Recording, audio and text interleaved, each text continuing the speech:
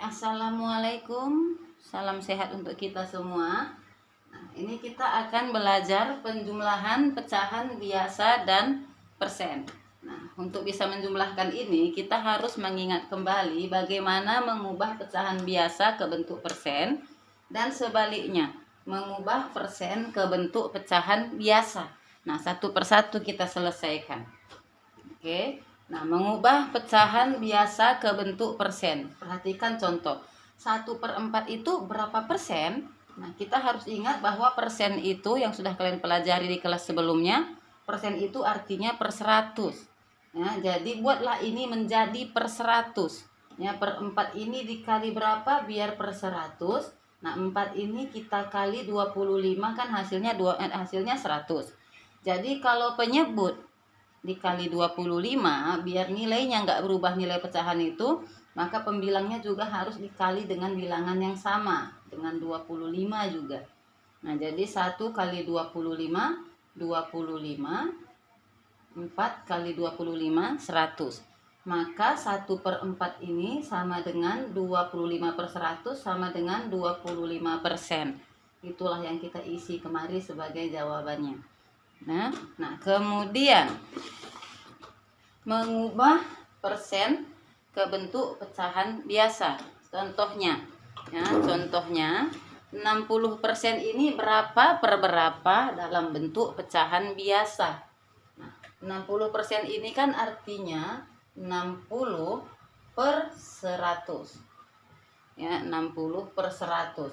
Untuk mengubah menjadi ini memang sudah pecahan biasa, tapi pecahan biasa harus kita tentukan selalu dalam bentuk paling sederhana. Jadi ini disederhanakan. Nah, kalau ada 0 dengan jumlah yang sama, pembilang dengan penyebut, bisa kita bagikan 10 dengan mencoret nolnya itu dibagi 10 namanya. Jadi coret 1 sama, coret 1 juga biar nggak berubah nilainya. Jadi tinggal 6/10. Apakah ini sudah paling sederhana? Belum.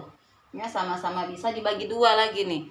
6 bagi 2, 10 bagi 2. Ya, harus sama pembaginya. Kalau masih ada pembagi yang sama berarti masih bisa disederhanakan. Ya, sama-sama bisa dibagi 2. 6 dibagi 2 itu 3. 10 dibagi 2 itu 5.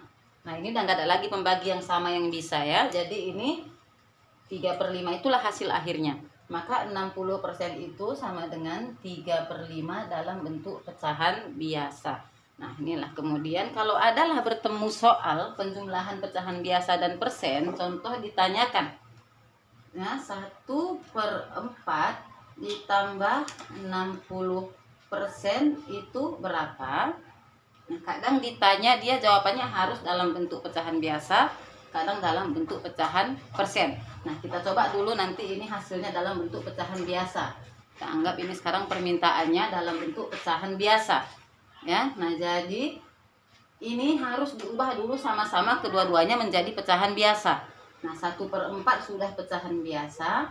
Nah, sekarang 60% ini kita ubah menjadi pecahan biasa. Tadi udah ingat caranya, ini dia.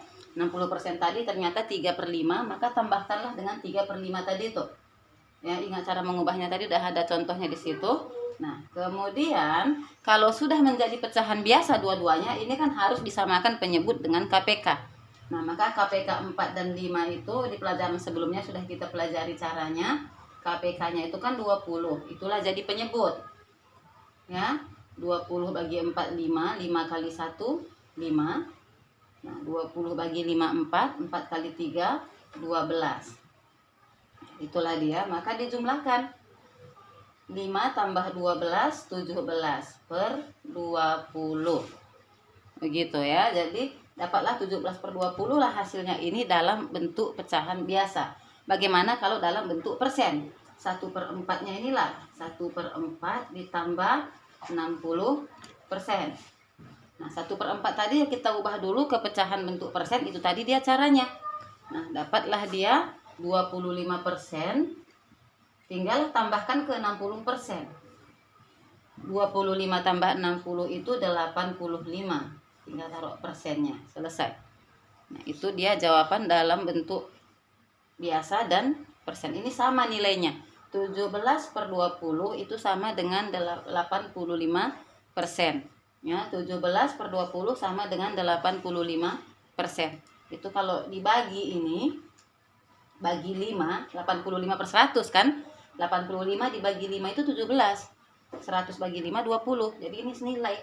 Jadi cara yang manapun nanti diminta soal yang kalian temui, ya jumlahkan dan nyatakan pecahannya itu, hasilnya itu dalam pecahan biasa. Sudah bisa. Berarti ubah dulu persennya menjadi pecahan biasa. Tapi kalau diminta soal hasil dalam bentuk persen, maka pecahan biasanya diubah dulu menjadi persen seperti cara yang di situ tadi. Jadi semoga bisa dipahami. Salam sehat untuk kita semua dan assalamualaikum.